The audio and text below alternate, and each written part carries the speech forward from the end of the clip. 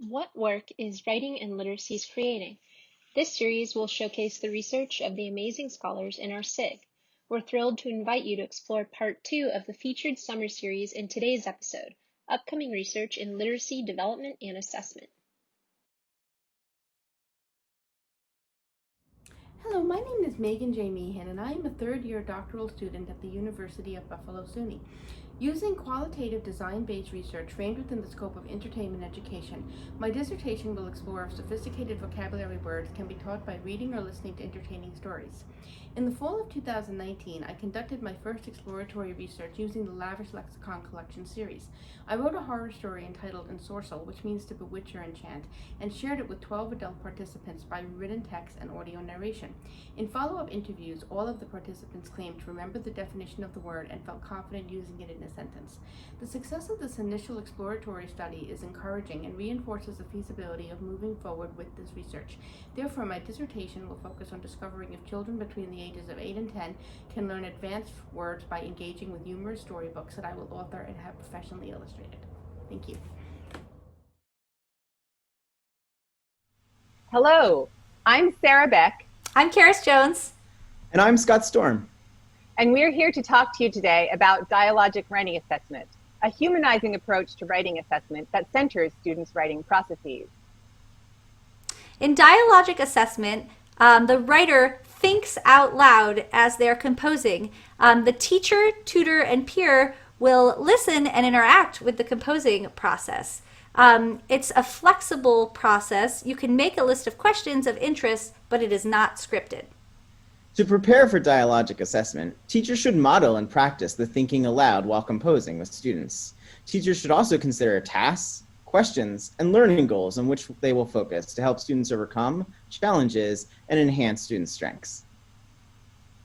We're currently undertaking several next steps in expanding this research. We want to look at how teacher knowledge evolves when using dialogic assessment over time. We want to look at what students learn about writing and about themselves as writers from using dialogic assessment over time. And finally, we're interested in how to train students to be peer assessors using dialogic writing assessment. If you want to know more about this work, please check out one of these publications on the list. We have published in both practitioner journals and more research-oriented journals for those who want to take a deep dive into the conceptual framework that informs this work. And we hope that you'll consider using this dialogic assessment method with pre-service teachers or in-service teachers that you work with. If you do, we'd love to hear your feedback on how it goes. Thank you for listening. Hi, I'm Ted Kessler from Queens College, City University of New York. I just published a manuscript called Does It Have to Be a Real Story? A social semiotic assessment of an emergent writer, focusing on my son when he was 5 years old. In press is a piece called Designing on a Page, where I studied second grade writers in a composing workshop in an author study of Kevin Henkes, and a second piece that is now in process of that study, focusing on the explicit instruction that the second grade teachers did.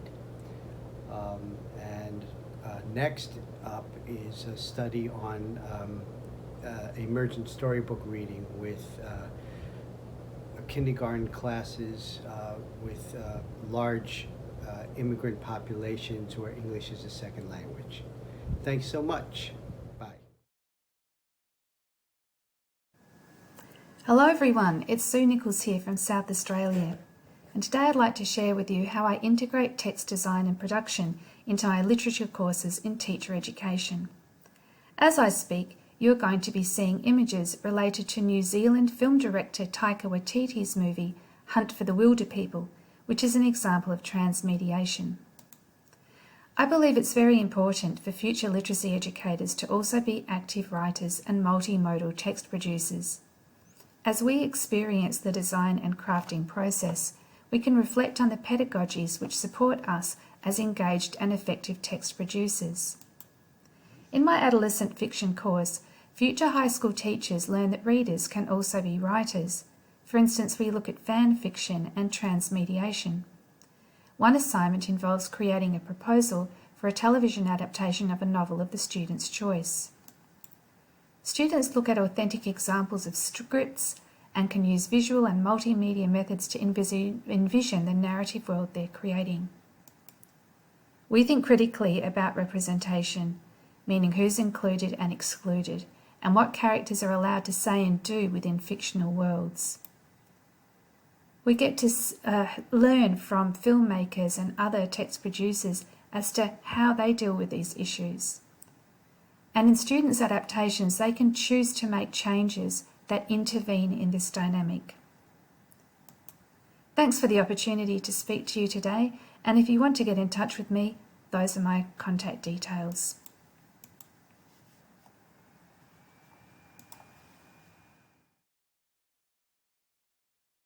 Hello, Writing and Literacy SIG community. I'm Jayne Lammers, and I'm an associate professor at the University of Rochester's Warner School of Education, where I direct the secondary English teacher preparation program, and I'm also an associate director of the Center for Learning in the Digital Age. And I say all that because it relates to my research, which has focused on studying adolescents' interest-driven literacies in online spaces and how they leverage participation in those spaces for their own personal pursuits. And I've always asked the question of why English teachers or literacy teachers should care about what happens in these online spaces. The other constant in my research has been that I put my work in conversation with others from this SIG community, whether it be to study fan-based literacies with Alicia Magnifico and Jen Scott Kerwood, or to look longitudinally at writers' development, or to study and figure out what methods we need to use to study mobility and connectedness across these online spaces. Most recently, I've had the opportunity to go to Semarang, Indonesia with a Fulbright US Scholar Grant, where I was able to study digital literacy practices of the secondary youth there.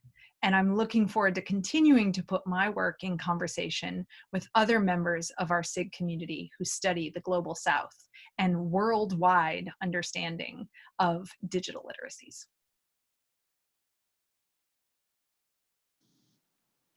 Thanks for watching. We'd love to hear from you. Submit your 1-minute research video to the link in the description, and we'll be excited to feature your work in the fall and winter series.